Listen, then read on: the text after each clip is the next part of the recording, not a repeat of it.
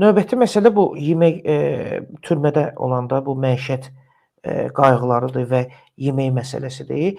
Həqiqətən də həbsxanalarda yeməyi çox dəhşətli formada verirlər, əziz izləyicilər. Çox dəhşətli formada.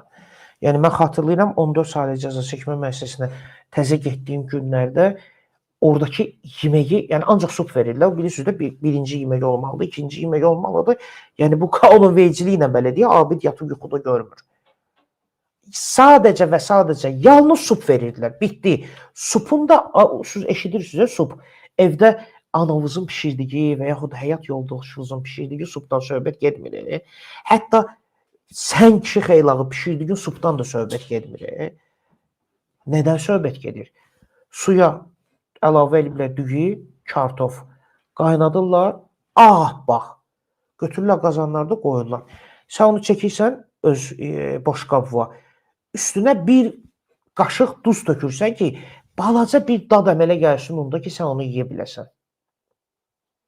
Yəni, o sup ki, onun nə yağdan xəbəri var, o supu sən soruşsan ki, yer üzündə ümumiyyətlə yağ adlı nəsə var, o rica bilmirəm, görməmişəm. Nə yağdan xəbəri var, nə tomatdan xəbəri var, nə göyərtidən xəbəri var, nə ətdən xəbəri var. Ancaq bildiyin düyüdür və yaxud da düyü olmayanda ay kişi, mən getdim cəza çəkmə müəssisəsində öyrəndim ki, səndimə qreçka supu da olur. Arpa supu olur. Ayıbdır, siz insanlara bunu da verirsiniz. Qreçka supu nədir? Ayıbdır.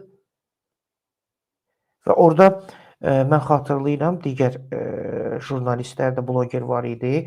Əfqan Xan Əliyev, yeri gəlmiş, o yenə də şərlənərək həbs olunub və hal-hazırda da Kürdəxanadadır. O ilə bir yerdə birləşdik və hər gün gedirdik. Sırf yeməkxanada yemək yeyirdik. Cəza çəkmə müəssisəsinin ki, məcbur eləyək cəza çəkmə müəssisəsinin rəhbərliyini ki, oradakı supun keyfiyyətini qaldırsınlar, yeməyin keyfiyyətini qaldırsınlar. Bəli, mərhələli şəkildə əvvəl yağ qatdılar onlara, mecbur eləyirdik, deyinirdim, çağırırdım, get rəisi çağır, gəlsin, otursun, mənə bir tikə yesin bu supdan, görüm yeyə bilir. Anı rəis mavini, kapitan, mayor, gəl otur, mənə bir tikə yeyin, görüm yeyə bilirsən sən bunu, bunu da mənə verirsən. Əvvəl yağını qatdılar, sonra tomatını qatdılar, ətini qatdılar, bəli. Ağlı başlı dustaqlar sevinirdilər ki, sən gələndən bu yeməkxanada yeyəndən yeməyin keyfiyyəti qalxıb. Hətta axırıncı mərhələdə tələb elədik ki, gedib yox, mən 1 manatlıq göyərti alacağım, götürüb verəcəm. Doğruyun, atın, hər qazanın içinə bir çimdik bənəncini atın. Görsənsin, dadı çıxsın. Onu da elədilər. Dedilər ki, almayın, lazımda gözümüz eləyərik. Sən insanları həbs eləmsən, sən onu ancaq azadlığını əlindən ala bilərsən, sən onu insanlığını əlindən ala bilməzsən. Yəni, kül o dövlətin başına ki, cinayətkar belə olsun, belə vətəndaş deyək, kül o dövlətin başına ki, vətəndaşına düyünü, kartofu ağ-suda qaynadır, verir sup əvəzi. Elə dövlət olmur. Vallahi bu, mən bilməm, bəlkə hərbi əsirlikdə, 2-ci Dünya müharibəsində bəlkə eləncini yeməyi veriblər. Sonra məişət qayğılarından danışdı, bu döşəkdir, yastıqdır və s. və laxır, düz deyir. Cəza çəkmə müəssisələrində yalnız və yalnız insanın istifadə müddəti var. Bitdi. Ki, bu adam, misal üçün, 2026-cı ildə avqustun 5-i azadlığa çıxacaq. Bura qədər bu cəza çəkməlidir. Bitdi. Orada nə döşəkdir, nə yastıqdır, nə ədyaldır, nə çarpaydır. Heç nəyin istifadə müddəti yoxdur. Sonsuz, müddətsizdir. Və dustaq gəlib düşəndə cəza çəkmə müəssisəsinə dövlətin borcudur. Bu deyirlər, cəza çəkmə müəssisəsinin rəisidir ki, mən rəisim, mən neyini vermirlər, mən hardan vermişəm, get başına çağırıq yenə. Deyirdim ki, mən sən maraqlandırmırsan, mənim tərəf müqabilim, sən döyürsən, Azərbaycan adlı dövlət varsa əgər, həmin dövlətdir mənim müqabilim. Gəlsin, dövlət cavab versin mənə ki, buna döşəkdir, buna yorğandır, buna ədyaldır, buna yastıqdır, buna çarpaydır, buna baraqdır, buna kameradır. Dövlət bunu həll eləməlidir. Bunu götürüb hansısa dustaqla cəza çəkmə müəssisəsinin rəisi səviyyəsində olacaq bir məsələ deyil ki. Həftələrlə, aylarla su yoxdur cəza çəkmə müəssisəsində. başa düşmədim. Bəs bu sən insanları həbs eləmisən, yığmısan bir yerə ki, siz burada cəza çəkməlisiniz.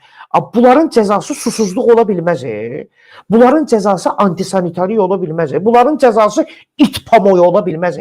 Mal yalı ola bilməz. İt yalı ola bilməz bunların cəzası. Amma İlham Əliyevin və ailəsinin cəzası olacaq o. İt yalı yiyəcəklər onlar. Necə ki, bu xalqı məcbur ediblər illərləndir. İt kimi sülənə-sülənə yaşasınlar. İlham və ailəsi o it yalına möhtac qoyulacaq. Bəli. Sən ola bilməz ki, 10 milyon xalqı belədən belə də sarıyasan, belədən belə də sarıyasan. Sonra gedib hardasa xoşbəxt həyat sürəsən. Heç nağıllarda da belə şey olmur. Özləri bilə-bilə cəza çəkmə müəssisəsində gələn dustaqlara istifadəyə yararsız, cırıq, cındır döşək, ədyal, yastıq verirlər ki, düşünlər, xoşuna gəlmir, 10 manat ver, yaxşı döşək verək sənə. Bəli, buradan da pul qırmaq üçün. Başa düşdünüz? Halbuki o Matriça kinosunda var, güya o robotlar insanları yetişdirirlər və onlardan batareyka kimi istifadə edirlər. Bu təşbihdir də, bənzətmədir. Bugün İlham Əliyev və Heydərizm hakimiyyəti sən vətəndaşa o cür baxır. Və mən neynəcəyim ki, sən vətəndaşdan daha çox pul əldə edeyim, daha çox gəlir əldə edeyim. Sən o pulu necə qazanırsan, balalarını necə dolandırırsan, sənin üçün götürdülər həbsxanaya 50 manat, 10 manat, 20 manat döşəkdir, ədyaldır, sudur, bu problemləri həll eləmək üçün pulu verdilər. Ondan sonra sənin ailən nə yiyəcək, nə dolanacaq? Bu başı batmış Azərbaycan adlı dövlətdə heç kim maraqlandırmır. Ümumiyyətlə Azərbaycan adlı dövlətdə nəinki bir qapıya, bir pəncərə, bir nəfəslik və bir fortuçka belə tapmazsınız ki, oranda görürsünüz ki, xalqın sözünə, dərdinə qulaq asıb orada kimsə hansısa bir məsələni həll eləsin. Xalqın dərdinə yansın. Yoxdur ümumiyyətlə. Yoxdur. Azərbaycan adlı coğrafiyada dövlət adında institut yoxdur. Olsaydı, vətəndaşını ityalı dizdirməzdi. Kül olsun o dövlətin başına. Elə dövlət olmasa ondan yaxşıdır. Davam eləyək.